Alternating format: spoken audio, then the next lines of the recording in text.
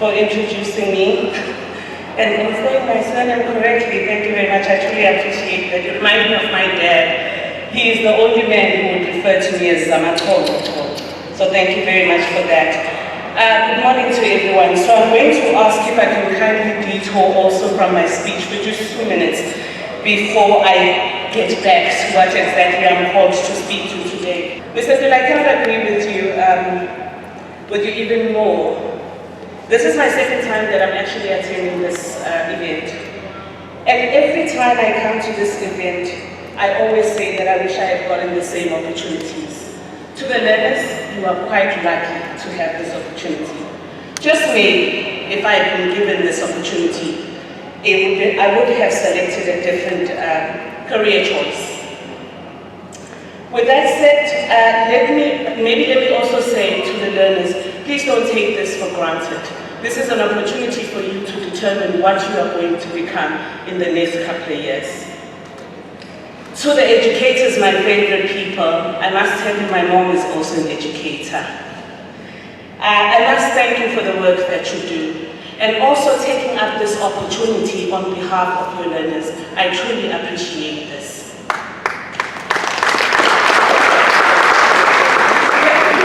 Furthermore, I might not get this opportunity. To my SAMSA team, thank you very much for the work that you have done. To the partners that we have, I truly appreciate you. I think you have mentioned them, Mabito, truly appreciate the work that you've done. When we speak about maritime awareness and we speak about maritime interest, this is exactly what we're speaking about.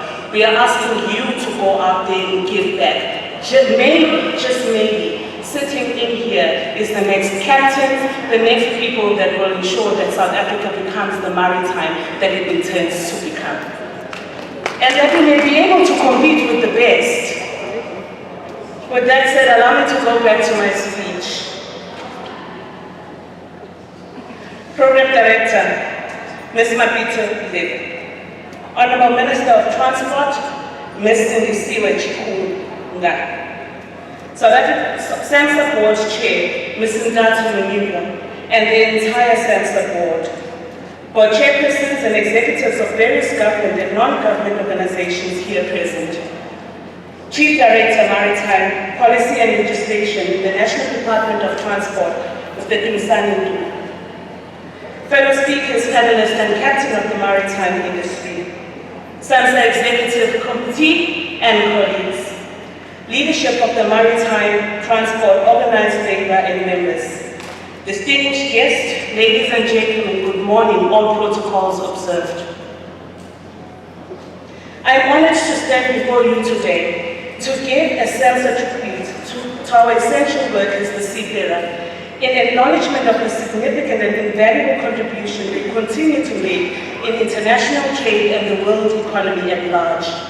The Day of the Seafarer was first celebrated in 2011, following a resolution that was adopted in the Philippines in June 2010 by the Conference of Parties to the International Convention of Standards of Training, Certification, and Watchkeeping for Seafarers 1978. Whilst the conference resulted in significant revisions to the STCW Convention and codes, one of the main forces behind the amendments was to ensure that the seafarer training was up to date with new technology and operation requirements.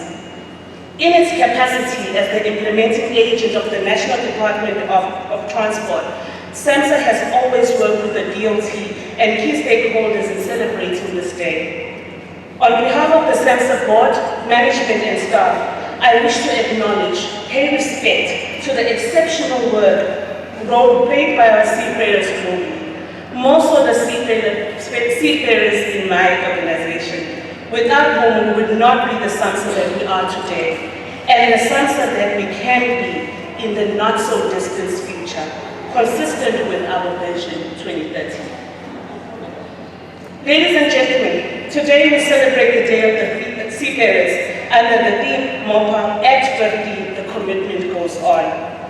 The theme recognizes the 50th anniversary of the International Conventions for the Prevention of Pollution from Ships, better known as the MAPO Convention. The convention was adopted on the 2nd of November 1973 and regulates the prevention of pollution in the maritime industry. The commitment to reduce pollution from ships goes beyond the 50 years to the mid-19th centuries, when it was recognized by the global community of nations that the best way of improving safety and security at sea and to prevent pollution from ships is by developing international regulations that are followed by all shipping nations.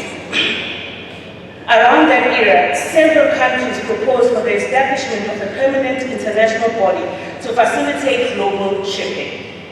The proposal was recognized in 1948, where the IMO was established as the only united agents to provide the platform and the machinery for cooperation among governments on technical matters that affect shipping, engaging in international trade by adopting global standard on maritime safety, efficiencies of navigation, and prevention and control of marine pollution from ships.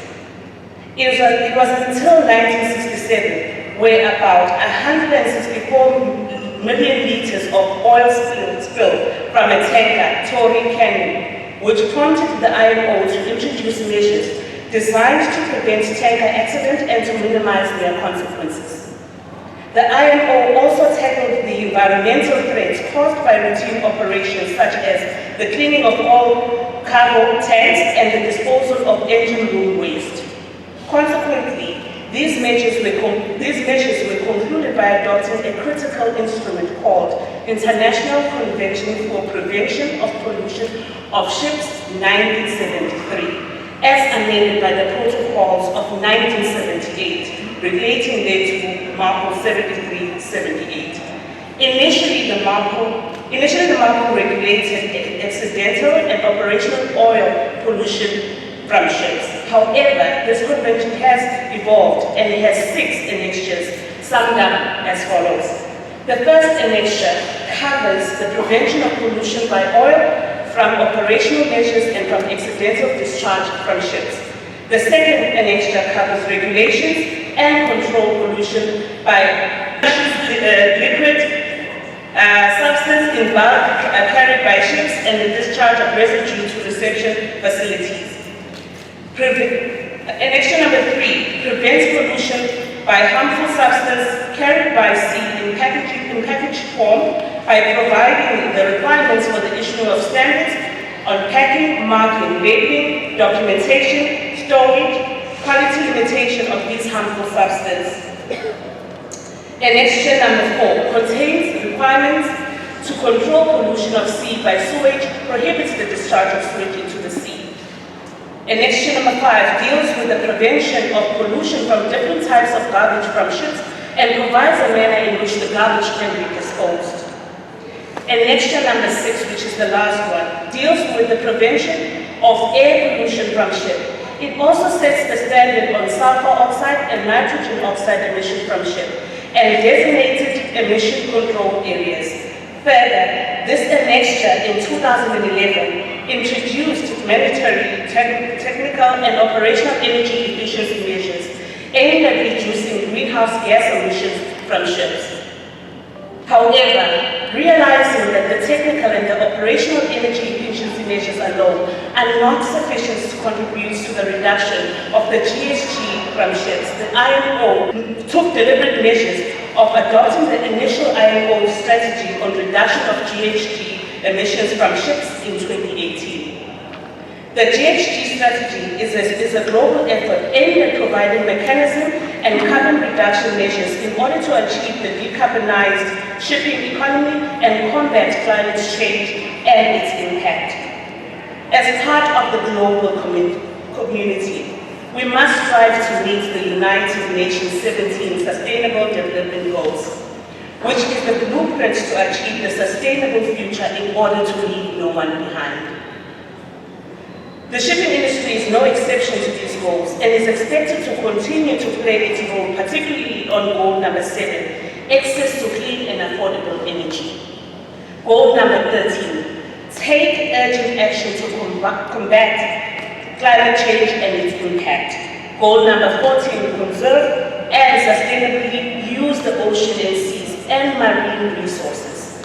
In all these measures, Seafarers play a very critical role in contributing to safety and security of life at sea, and in protecting the marine environment and the atmosphere from pollution from ships.